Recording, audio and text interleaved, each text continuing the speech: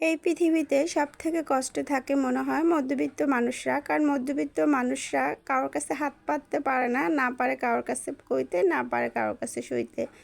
সবথেকে সুখী মানুষ হচ্ছে গরিব মানুষ। কারণ যখন যেটা মন চায় মানুষের কাছে হাত পাতলেই তারা পেয়ে যায়। বড়লোকদের তো আর কোনো কথাই নেই। আসসালামু আলাইকুম এভরিওয়ান, সবাই কেমন আছেন? আলহামদুলিল্লাহ, আল্লাহর রহমতে আমরা ভালো আছি।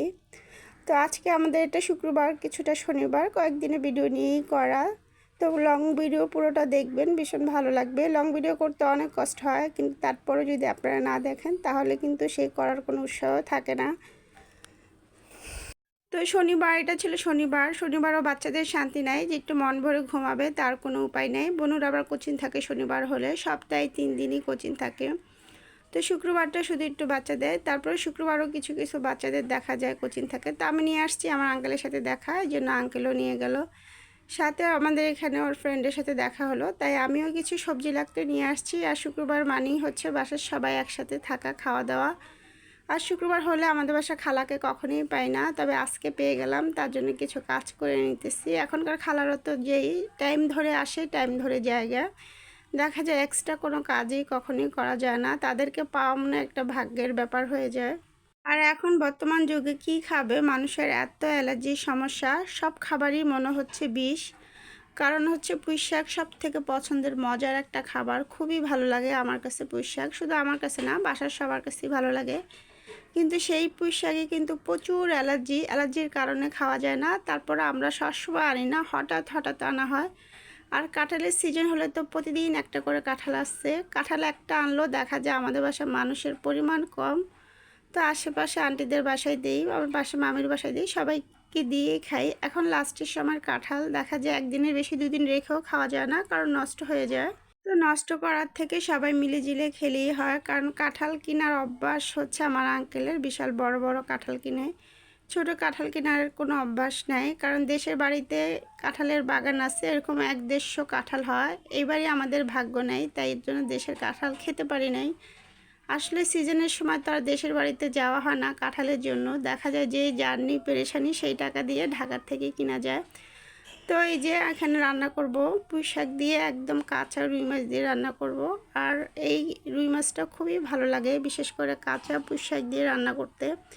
যদি ইলিশ মাছ থাকলে ভালো হতো, ওই যে বললাম মধ্যবিত্ত মানুষ হলে সব থেকে কষ্টের, কিছু মন চাইলেও ইচ্ছা মতন খাওয়া যায় না। তারপরে শুকুর আলহামদুলিল্লাহ। আর ইলিশ মাছের এত দাম, এটা মনে হয় একমাত্র বেশিরভাগ বড়লোক ছাড়া সবসময় সচরাচর মধ্যবিত্ত কেন কেউই তেমন একটা খেতে পারে না। আর এখন কাজ অনেক সহজ হয়ে গেছে, দেখা যায় লতি, এটা আমার আরেক দিন নিয়ে আসছিল, বাজার থেকেই সিলেই লতি পাওয়া যায়। এমন দেশি লতিটাই পাওয়া যায় যদি একটু বেশি করে টাকা দিয়ে আনা যায়। তো এটা হচ্ছে আরেক দিন কাঁঠাল নিয়ে আসছে। তো আমি বললাম না যে আমাদের বাসায় প্রতিদিনই দেখা যায় একটা করে কাঁঠাল নিয়ে আসা হয়। আর কাঁঠালও শেষমেশ নাকি প্রচুর অ্যালার্জির জন্য বেশি খাওয়া হয় না। আমাদের বাসায় সবাই কম হলো 2-3 পিসের বেশি খাওয়া যায় না। তো আলহামদুলিল্লাহ অবশেষে দেখেন কত ছোট্ট একটা মাছ 1300 টাকা দিয়ে আনছে। খুবই ইচ্ছা ছিল, তো দেখা যায় অনেক পদের মাছ আনা যেত এইটার টাকা দিয়ে। তারপরে শখের দাম 80 তোলা। ইলিশ মাছের স্বাদ কিন্তু অন্য কিছুতে পাওয়া যাবে না। বড় লোকরা তো দেখা যায় প্রতিদিনই খেতে পারে, আমরা অনেক দিন পর দেখা যায় একটা ইলিশ মাছ আনছি, তারপর ওটা 2-3 দিন লাগিয়ে খাবো, কারণ একদিন খেয়ে ফেলে তো হবে না। তাই আমি এখানে কিছুটা ভাজা জন্য নিয়েছি, আবার কিছুটা ডিম করলা ভাজির সাথে দিয়ে ভাজি করব। তো এইভাবে করলা ভাজিটা করলে তিতেটা কম লাগে, খুবই মজা হয় ইলিশ মাছের গ্রানের জন্য। ইলিশ মাছের জিনিস যে কোনো কিছু দিয়ে রান্না করলে দারুণ টেস্ট হয়, ভীষণ ভালো লাগে। আর ইলিশ মাছ ভাজি সব থেকে মজা, বিশেষ করে পটল সাথে করে ভাজলে দারুণ লাগে। তো আমাদের বাসায় যেহেতু মানুষের সংখ্যা কম, দেখা যায় অল্পতেই হয়ে যায়। তো এই যে খাবার নিয়ে বসে গেলাম। তো আজকে আমার লং ভিডিওটা এই পর্যন্তই।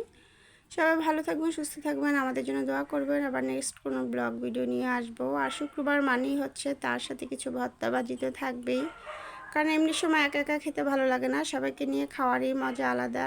আর এটা আমাদের আরেক দিন ছিল, লিচু নিয়ে আসছিলো, এটা অবশ্য শেষ লিচু, বাজারেও এখন লিচু নাই।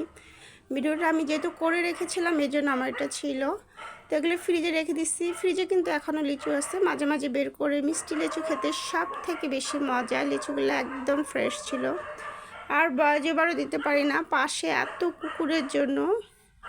তো আজকে এ পর্যন্তই, আল্লাহ হাফেজ।